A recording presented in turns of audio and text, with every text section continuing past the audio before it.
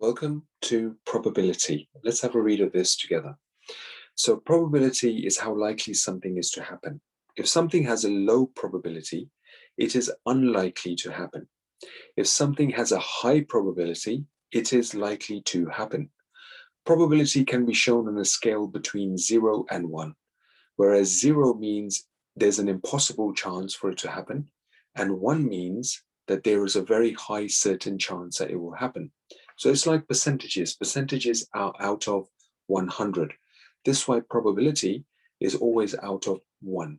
So Christmas Day will be on the 25th of December this year. It's a very high chance, and we know for certain that Christmas Day is always on the 25th of December. This way we know that it's a certain and it's number 1. Whereas if you were to grow another nose, what are the chances of that happening? We know it's going to be 0. In other words, it's going to be impossible. So in this diagram here, we've got a jar with 6 insects.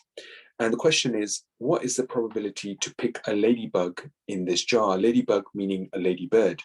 So we've got 6 insects, we've got 4 bees, we've got 2 ladybirds.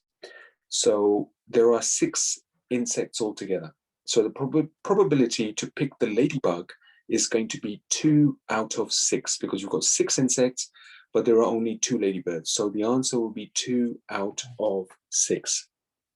Let's have a look at the first question. First question states, what is the probability of the spinner landing on a C?